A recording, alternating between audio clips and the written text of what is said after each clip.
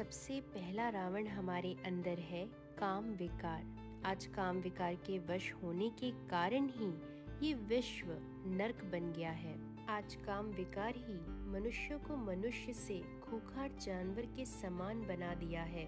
इसलिए परमात्मा कहते हैं, मेरे मीठे बच्चों, काम को जीतने की एक ही विधि है, सर्व का से भाई भाई, यानी कि हम ज्योति बिंदु आत्मा हैं, पॉइंट ऑफ लाइट। हम एक ही परमात्मा की संतान हैं, हम सब उसी के बच्चे हैं। तो हर आत्माएं आपस में भाई भाई हो गई।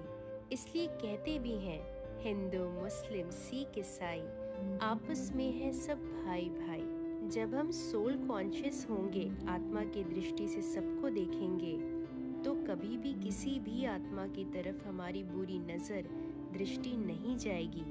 अगर हम बॉडी कॉन्शियस देहभान में होंगे तो एक दूसरे को जब भी देखेंगे तो गलत भावनाएं आएंगी। इसलिए हमें बॉडी कॉन्शियस से सोल कॉन्शियस बनना है, तभी हम काम विकार को जीत पाएंगे। ओम शांति। दूसरा रावण हमारे अंदर है क्रोध। जो मनुष्य आत्माएं क्रोध के वश में होती है तो उसके लिए कहते हैं कि घर के पानी के घड़े भी सूख जाते हैं। क्रोध में इंसान के अंदर का खून भी सूख जाता है। परमात्मा कहते हैं, मीठे बच्चे, अगर क्रोध को जीतना है तो सबसे पहले ये समझना होगा, इस संसार में हर मनुष्य आत्माओं का पार्ट, किरदार, क्वालिटी, गुण, व्यवहार सबके अलग अलग हैं। हम इस डिफरेंसेस, इन भिन्नताओं की वजह से ही क्रोध करते हैं। हम सोचते हैं कि मैं जैसा हूँ, सामने वाला भी वैसा हो, वैसा करे, वैसा समझे, वैसा मेरा कहना माने। अगर ये नहीं होता है तो हमें क्रोध आता है। परमात्मा की ये रचना इतनी श्रेष्ठ है कि इस पूरे संसार में दो लोग एक जैसे हो ही नहीं सकते। इसलिए हमें ये एक्सेप्ट करना है, हम सब आपस में डिफरेंट हैं। हम सबका पार्ट इस ड्रामा में डिफरेंट है, सबका कर्मा डिफरेंट है, सबका भाग्य डिफरेंट है। तो हर कोई अपने पार्ट, अपने रोल के अनुसार ड्रामा में पार्ट प्ले कर रहा है। जब इस विचारधारा को अपनी बुद्धि में ले आएंगे, अपना नजरिया बना लेंगे, तो हम क्रोध मुक्त बन जाएंगे। ओम शांति। तीसरा रावण हमारे अंदर है लोभ। जो मनुष्य आत्माएं लोभ के वश में होती है, वे सदा अतृप्त, असंतुष्ट रहती है। सदा ये चाहिए, वो चाहिए, ये गीत गाती रहती है। परमात्मा कहते हैं, मीठे बच्चे, अब घर जाना है। ये बात तो सबको पता है ना, ये हमारी टेम्पररी घर है। हम इस संसार में सिर्फ गेस्ट है, मेहमान है।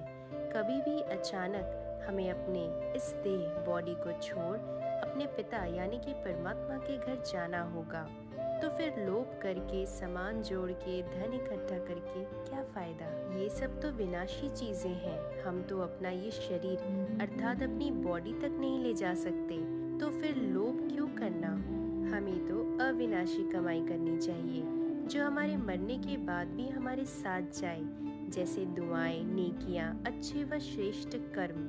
जब ये बात हमारी स्मृति में होगी, हमारे आचरण में आएगी, तो लोभ रूपी रावण हमारे अंदर हमेशा के लिए दहन हो जाएगा। ओम शांति।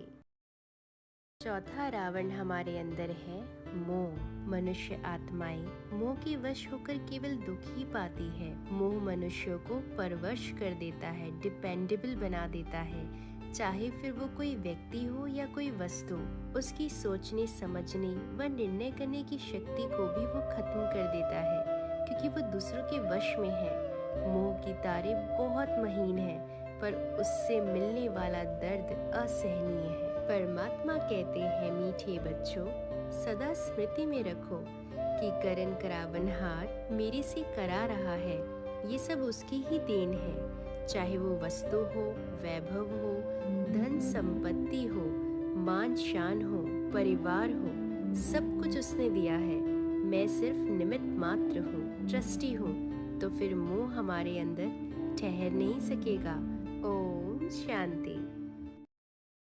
पांचवा रावण हमारे अंदर है अहंकार। अहंकार के वश होकर मनुष्य आत्माओं के अंदर कितने भी गुण हो, क्वालिटी हो, टैलेंट हो, कलाएं हो, फिर भी उससे वो किसी को भी कोई भी सुख नहीं दे सकता है। जैसे खजूर का पेड़ देखने में बड़ा सुंदर दिखता है, पर ना ही कोई उसके फलों के पास जा सकता है और ना ही उस पेड़ से किसी को भी छाया मिल सकती है।